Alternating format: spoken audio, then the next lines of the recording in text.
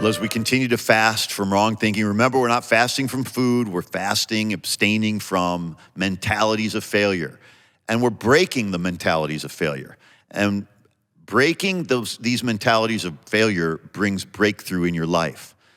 And today I especially enjoy and really like this particular day's thought that we're fasting from that says, I feel like a victim. I feel like a victim. We're gonna fast from the thought that says, I feel like a victim. It's easy to see ourselves as a victim of virus, a victim of business problems, political problems. But we have to realize that we're victors. We're not victims. And, Viktor Frankl, interestingly named Viktor Frankl, survived the Nazi death camp at Auschwitz by defining ultimate freedom was this. This is Viktor Frankl defined ultimate freedom as the ability to choose one's attitude in any given set of circumstances. The ability to choose one's attitude in any given set of circumstances. Now, we don't always have the ability to choose our set of circumstances, but we always have the ability to choose the attitude that we're going to have in the midst of any given circumstances. You see, because the worst prison in the world is the one we put ourselves in. The worst prison in the world is the prison of the mind, where we feel imprisoned on the inside. So how do we break the power of this mentality of feeling like a victim? See, you could have been a victim of something, a victim of a crime, a victim of a car accident, there are many things you could be a victim of, but you don't have to carry that thinking into your life where you're constantly seeing yourself as the world is against you, life is against you. We have to change our perspective from life is happening to us. That's the victim mentality. Life is happening to me. We have to change that to the favor of God mentality, the victor mentality, which is life is happening for me. Life is happening for me.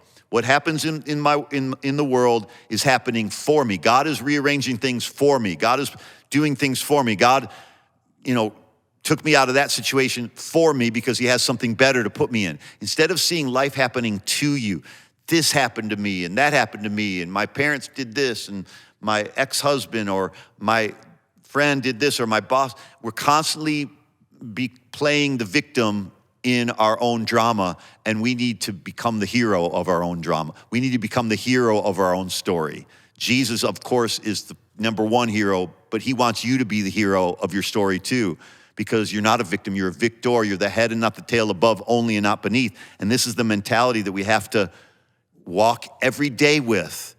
No one can keep you negative about your current situation except you. You're the only one that can stay negative, and you're the only one that can break that negativity mindset into a positive, faith-filled mindset. We need to begin every day with owning our lives. Like, no one else can control my happiness. No one gets to determine whether I'm gonna be happy or not. Even people that hurt me terribly, they don't get to choose my attitude. I get to choose my attitude. I get to choose to be happy. I get to choose to see the good and look for the good in everything. I get to choose to be somebody who believes life is happening for me rather than life is happening to me. I choose to be that person. I choose to look for the good in every bad situation. I choose to look for the good in every person. I choose to look for the good in my life. I choose to look for the good. Look for the good, because life is happening for you.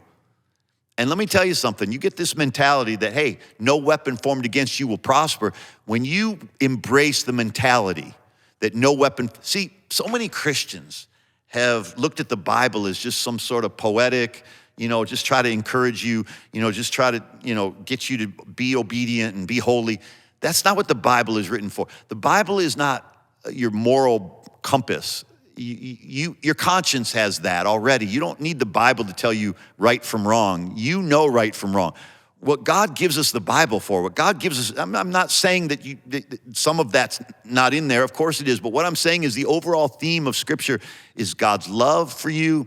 The overall theme of Scripture is your life is a story, and the overall theme of Scripture is that there is always a solution, a mindset that you can have. Paul, being in prison, had the mindset that God's gonna turn this bad situation into something better, into the furtherance of the gospel. He said in Philippians 1:12, he said, you know, this adverse situation where I'm in jail and even though I'm here, God is advancing the gospel, and it's making even more progress since I've been in prison.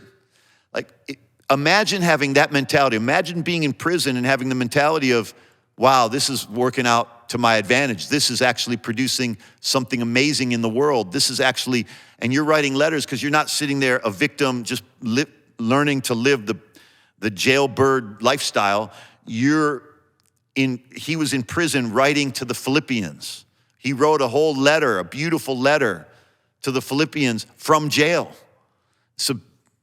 And it's a letter to thank them. That's the mentality that that's the mentality we're going into our day with today. That's the mentality that we're not victims, we're victors. We need to realize that we have power. We have power. You have power. Don't give your power away. Don't give away your power. We give away our power to live in victory and health and success when we allow others to determine how we respond to a situation. Listen, we have the power to forgive. We have the power to recover. We have the power to overcome anything. When we blame others, we give away our power to them. Take charge of what God has given you.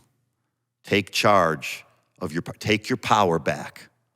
Take your power back from, if you would just learn in life one simple thing. Do all you're expecting from God and no longer expect from people. If you could adjust who you're expecting positive affirmation and approval from, I cease expecting it from people. I'm expecting it from God. You know what that does is it frees me to really be kind and to really be a blessing to people because I'm not waiting for them to treat me a certain way to make me happy. And when you take your power back, you're gonna have a life of such joy and such peace. You see what we're doing? We're shifting our perspectives, and God is lifting our lives. The shift that brings the lift. I'll see you tomorrow.